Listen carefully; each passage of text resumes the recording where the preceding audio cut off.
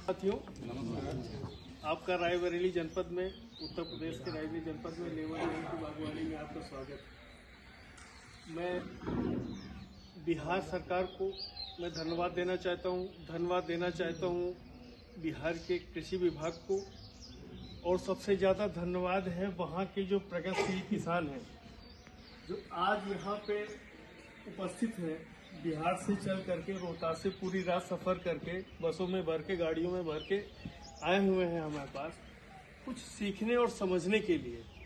तो मैं ये मान के चलता हूँ कि आप लोग किसान नहीं हो, एक हमारे लिए और देश के लिए वट वृक्ष का काम करोगे। आप नींबू वर्गीय फसलों की जानकारी आप हमसे यहाँ पे प्राप्त करोगे। अभी आपको बाग में ले चलते हैं और उसको आप कैसे डेवलप करके अपनी आमदनी को 3 से 4 गुना 5 गुना तक आप लोग बढ़ा सकते हैं। ये बागवानी में संभव है। बागवानी बहुत तरह की है, आम की है, अमरूद की है, अन्य चीज़ों की है, लीची की है। क्लाइमेट के हिसाब से, सॉइल के हिसाब से, अपने साधन और संसाधन के हिसाब से किसान बागवानी को करता है। लेकिन नींबू एक ऐसी फसल है, ऐसा फल है जिसकी सेल्फ लाइफ अन्य फलों की अपेक्षा ज़्यादा हो जाएगा।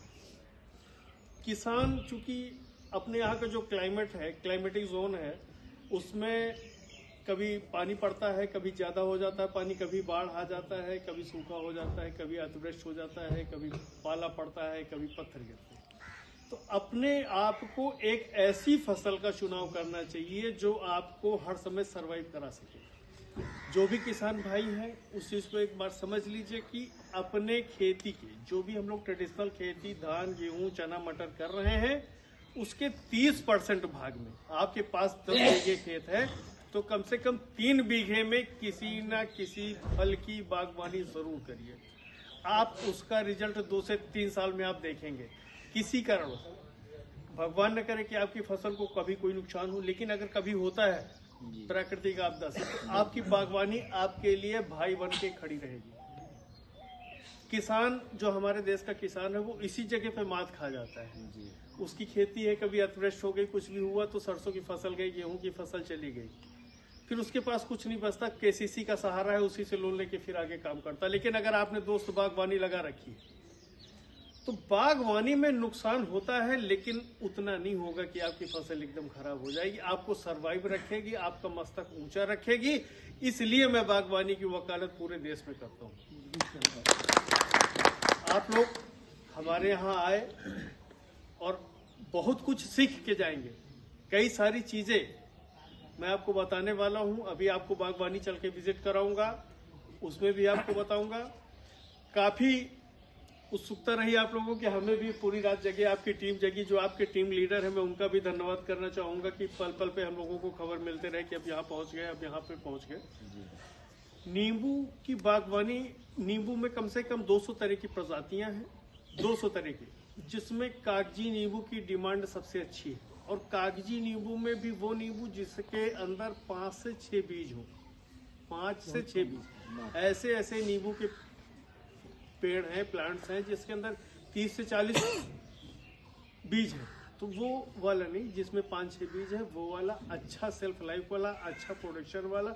और सबसे बड़ी बात है, नींबू की डिमांड गर्मी में होती है, तो वो फल आपको लगाना है, वो पौधा आपको रोपित करना है जो मैक्सिमम उत्पादन गर्मी में दे सके। नींबू में सभी लोग जानते हैं, सब गाँव के किसान हैं, आप लोग सभी जानते हैं कि इसको 12मासी कहते हैं। तो 12मासी का मतलब ये नहीं कि जनवरी, फरवरी, मार्च से लेकर दिसंबर तक वो मान लीजिए एक पौधे में 100 किलो उत्पादन होना है तो वो 10 किलो हर महीने देगा, नहीं। जो इसका पीक टाइम आएगा उस समय इसका अप्रैल, मई, जून, जुलाई 4 महीने में 80% प्रोडक्शन हो जाएगा इसका। जो 20% प्रोडक्शन बचेगा वो बाकी के 8 महीने में होता है। अपने यहाँ एक पौधा और बढ़िया चल जाएगा, मौसमी का। मौसमी हम लोग अच्छे से कर सकते हैं, उसमें भी कम से कम रोग लगता है, उसकी भी सेल्फ लाइफ बहुत अच्छी होती है। हर बीमार आदमी को ज़रूरत है, हर आदमी को अपनी इम्यूनिटी बढ़ाने के लिए मौसमी की भी ज़रूरत होती है। तो आप लोग मौसमी का भी प्लान कर सकते हैं। कोई सवाल होगा आप लोगों का तो आप लोग सवाल भी हमसे पूछ सकते हैं, यहाँ भी पूछ सकते हैं और बागवानी में भी पूछ सकते हैं। मैं पुनः आपका हार्दिक आभार व्यक्त करता हूं। आपने अपना बहुमूल्य समय, होली का त्यौहार नज़दीक है, लेकिन आपके जज्बे को मैं सलाम करता हूं कि इसके बावजूद भी आप लोग उतनी दूर से चल कर के हमारे यहाँ आए। मैं पुनः आप लोगों का अभिनंदन करता हूं। कोई सवाल हो, किसी का कुछ पूछना चाहते तो आप लोग हमसे पूछ सकते हैं। कुछ भी आप पूछना चाहें नींबू के बारे में, बागवानी के बारे में। एक भाई साहब अमरूद की भी बाग लगाए हुए हैं, उनके लिए मैं बताना चाहता हूँ। आप लोग हमें फ़ोन भी कर सकते हैं, बाद में भी हम 24 घंटे में अवेलेबल हैं। ऐसे भी मैं आपको बता दूँ, पोटास की मात्रा जितना ही पौधे में अच्छी मात्रा में रहेगी, जो रेशियो है, तो फल में जो है वो चमक अच्छी आएगी। इंसेक्टिसाइड, फंगीसाइड और एक एंटीवायरस में स्टेप्टो डालते हैं हम लोग। 6 ग्राम का पाउच आता है, 2 ग्राम 1 टंकी में, यानी 18 लीटर के लिए मैं बात कर रहा हूँ।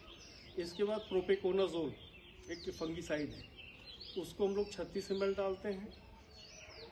और इमीडाक्लोरोपिड 12 ml 1 टंकी में डाल के, जब फल बन जाए, मटर के दाने से बराबर हो जाए, भाई साहब सिर्फ 1 स्प्रे कर दीजिएगा। ये आप टिप्स लेके जा रहे हैं यहाँ से। 1 स्प्रे आपके फल को पूरी मार्केट में, जो भी आपका फल टूट के जाएगा वहाँ पे सबसे अलग दिखेगा, सबसे अलग क्वालिटी उसकी रहेगी, अच्छी चमक रहेगी, सबसे पहले आपका बिकेगा। और हर किसान, हर बागवान ये चाहता है कि उसकी फसल अच्छे दाम पे बिके और मार्केट में सबसे पहले बिके। जो दिखेगा वो बिकेगा। धन्यवाद। भाई